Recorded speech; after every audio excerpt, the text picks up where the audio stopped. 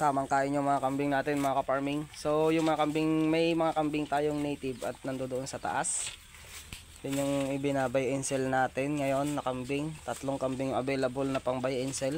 At yung mapapansin nyo, wala na dito yung mga bulog maliban dito sa isa na to. At yung isa naman kasi ay dumalaga. So yung 3 bulog natin, mga ka-farming, is ibinenta natin. Gawa nga ng kung papalakihin pa natin kasi nabansot naman sila.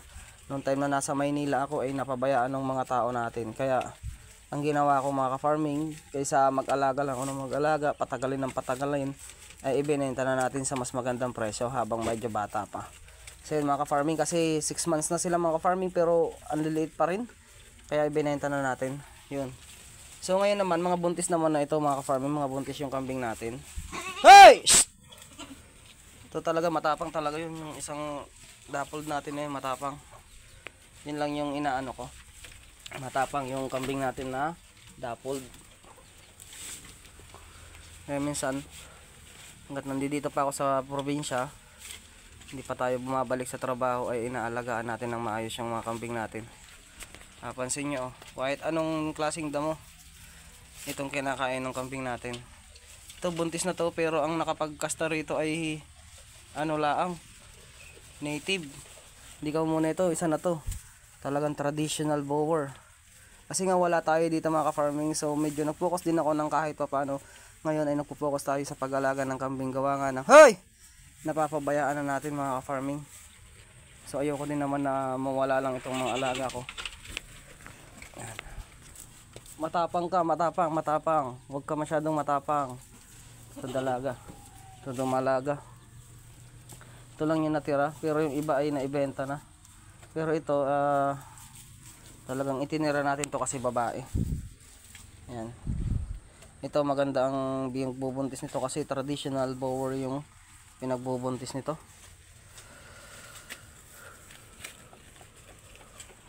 Samot-saring damo ang pinapakain natin. At yun yung gagawin natin bulugan. Yung traditional at dappled pala, dappled. Ayun yan. Yun yung gagawin natin bulog. Ito naman ay dumalaga at ang nanay nito ay native lamang. Masyadong matapang itong isa ng kambing natin na to. Nakakasakit siya ng kasamahan. Ito, matapang, masyado matapang. Yun, buntis yun eh. Native siya pero buntis siya. So kailangan natin silang agapan. Mga buntis na yung kambing natin at nag-pull out na tayo ng mga bulog. 4 na bulog ang pinull out natin.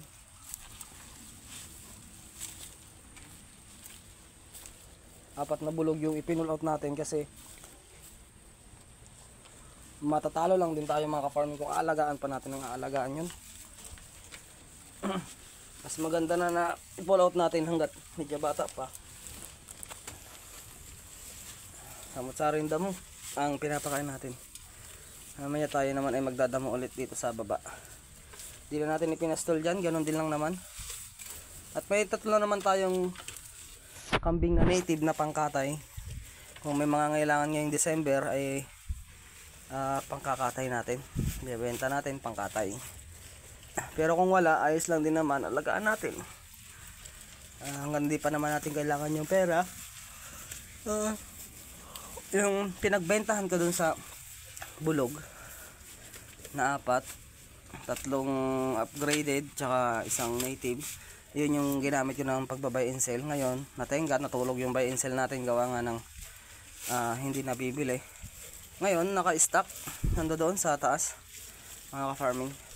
May 2 dong inahin, isang matanda, hoy! Isang pangkatay at saka isang matandang pangkatay, saka isang dumalaga at isang bulog. Tenga lang natin. Pero yung mga upgraded, yan, dito natin lalagay yan sa baba. At sana pagbalik natin sa trabaho ay swertehin tayo sa pagtatrabaho na naman para madagdagan na naman sila. So sa ngayon, ito lang muna yung ating mga alagang kambing. Yan lang muna pagtsatsagaan natin. Total mga buntis na ito, buntis din to. At ang sumampa dito ay traditional bower ang sumampa dito, mga farming. Magandang lahi itong sumampa dito. Ito matapang to. Ito rin maganda rin to kasi malaking inahin ito. Yan, malaking inahin yan, si pangit. Ito dumalaga to, dumalaga. Hindi lang kaya ito mag-hit. Tagal pa yan. Yun yung bulog natin, no? Yun yung bulog natin, mga farming.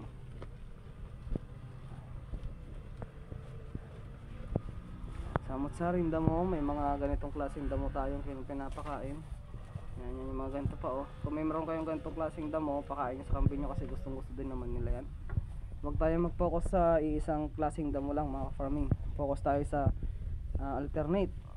Iba't ibang damo ang ipapakain natin para na sa ganun naman hindi sila magsawa. Ito malaking inahin ko to. Ito yung matandang inahin ko na malaki. Alagang alaga. Walang kupas ang katawan. Walang kupas din sa pagkain. Kaya lang napabayaan ng mga tao natin. Doon ako nalulungkot kasi napabayaan ng mga tao natin.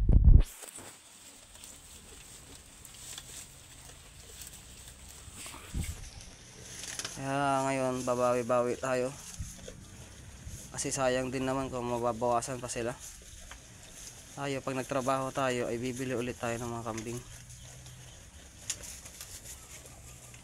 Yan yung bulog ko. Yung future na bulog. Haba ng tenga. Haba. Haba ng tenga ng ating mga future bulog.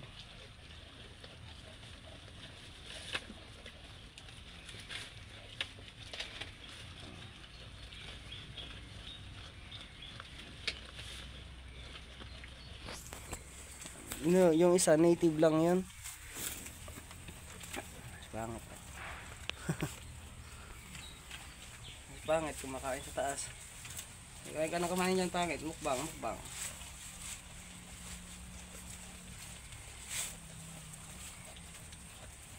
Parang kailan lang ito pinupurga ko. Naputol pa sungay nito. Ngayon mahaba na ulit ang sungay. Yung mga kambing natin. Si Dappled ang walang kupas.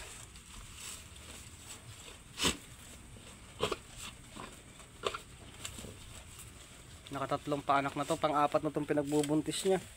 Maganda rin talaga yung kambing kasi ano talaga, yun ang kinaganda kay Dappled. Talagang lapang siya ng lapang, kain lang ng kain. Walang pinipili sa pagkain si Dappled. Kahit anong pagkain, manso. Pag ang kambing nyo ganito kalakas kumain ay hindi kayo tatama rin magdamo eh. Yan o. Sige. Sige.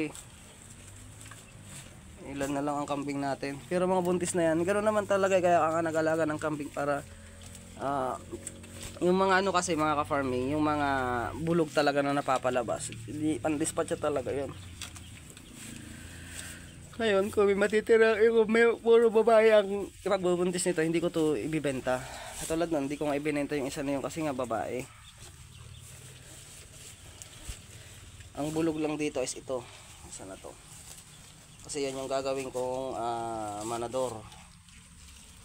Yan yung gagawin kong manador. Yung isa na yan. Inaalagaan din natin mabuti.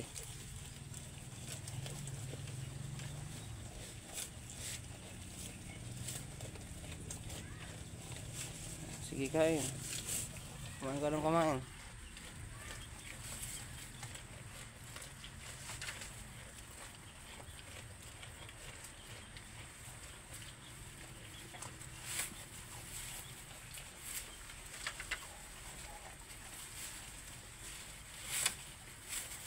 Lakas kumain. Hoy! Shhh! Hoy! Shhh! Ganun dapat awatin nyo. Para hindi sila nag-aaway-away. Kasi sila lang magkakasama rito eh. Nag-aaway-away pa sila.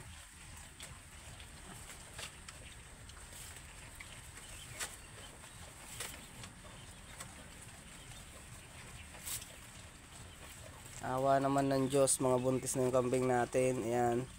Buntis na yan. Buntis na rin to. Buntis. Puro mga buntis na yan.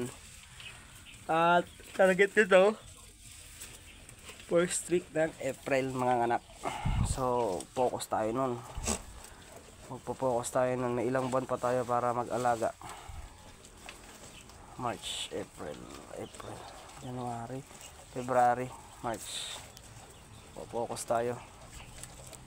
At trabaho muna tayo kahit mga ilang buwan para may pang sustento sa gastusin sa kanila. Pero kung may malapit naman dito ang pagtatrabahuhan, why not? Dito na lang tayo magtatrabaho. Petiks na lang tayo dito sa pagtatrabaho. Papakita ko sa inyo yung native na sinasabi ko sa inyo para maniwala kayo. Papasyal ko kayo dun sa taas para makita nyo na mayroon talaga tayong native. Ewan ko kung buntis yung isang native natin, nakaka-farming. Hindi ko alam hindi ko sure kung buntis. Yan lang. Ano, marami pa naman sila. Hindi ko lang isinama yung native kasi nga para iba naman. Pero sa tingin ko yung isang native ay ano yun buntis. Lalak na natin to. Ayan sila Hindi ko alam kung buntis itong isang native na to. Marami pa tayo ng stock. Kinuha lang namin to ngayon. Ay mga damo. Stock namin. Ayan. Ito yung native natin. Asan na isang inahin? Ayan, bulog yan. Native. Ayan, native din to isa. Ilagay din natin dito para para kumain kayo ng kumain. Walang limit sa pagkain. Para tumaba sila. Kasi mga payat yan, mga pangkatay kasi talaga yan mga ka-farming. Mga pangkatay kasi talaga yan. Pero yan, kapag hindi nabili ngayong December ay kukondisyon ko yan. Ayun nating inahin.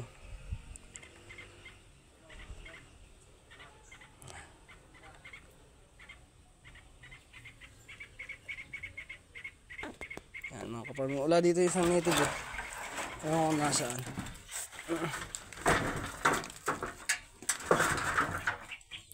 Ayan, manipis ang katawan. Ito. Yan mga pangkatay kasi yan.